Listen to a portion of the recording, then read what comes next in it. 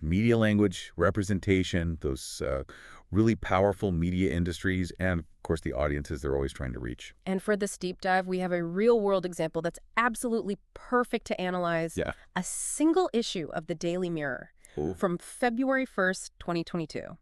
It's not just any random Daily Mirror, though, is it? Definitely not. This edition was right in the thick of the Partygate scandal. Classic, yes. With Boris Johnson and the government under fire for all those lockdown parties. I remember it well. Yeah, it was a fascinating time. It was, wasn't it? And this Daily Mirror gives us a perfect snapshot Yeah. of how a newspaper uses language, images, and its layout to present its message. Right. And also how it tries to appeal to its target audience. Exactly.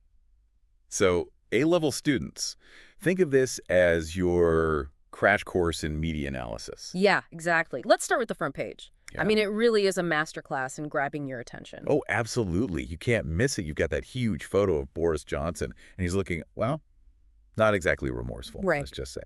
And then the headline, Zero Shame. So short and punchy, but like definitely meant to make you react. That's so interesting, you know? Yeah. Because when you think about it, it's more than just a powerful headline. Right. It's about shame as a concept. It's a social control, right? You know, really ingrained in our culture. Interesting.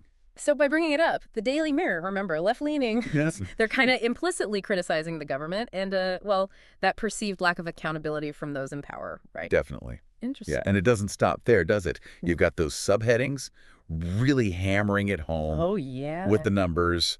12 parties now probed by cops, 300 pictures handed over. Oh. It's almost like they're trying to create this sense of overwhelming evidence, like a checklist of wrongdoing. You're right. The numbers make it so impactful. It's not just a lot of parties. It's very specific and concrete. You know what I mean? Like undeniable. Yeah, I see that. Yeah. And, of course, we can't forget that iconic red masthead, Yeah. the red top, and their slogan, the heart of Britain. No, absolutely. It's important to recognize those for what they are. Yeah. A code signaling to the reader, hey, this is a tabloid. Yeah. You know, it's not the Times. Exactly. And the slogan, carefully crafted, positioning the Daily Mirror as the voice of the working class, Right. the champion of the everyday people. Yeah, it's fascinating how all these little details work together to create this image, isn't it? It really is. Now, let's jump to that double-page spread inside. Okay. Here's where things get really interesting. Yeah. You see this really stark visual contrast. Boris Johnson holding a glass of wine at one of these parties, and then right next to it, a very somber image from a hospital ward. Oh, wow. That's powerful. It is, isn't it? They're very deliberately placed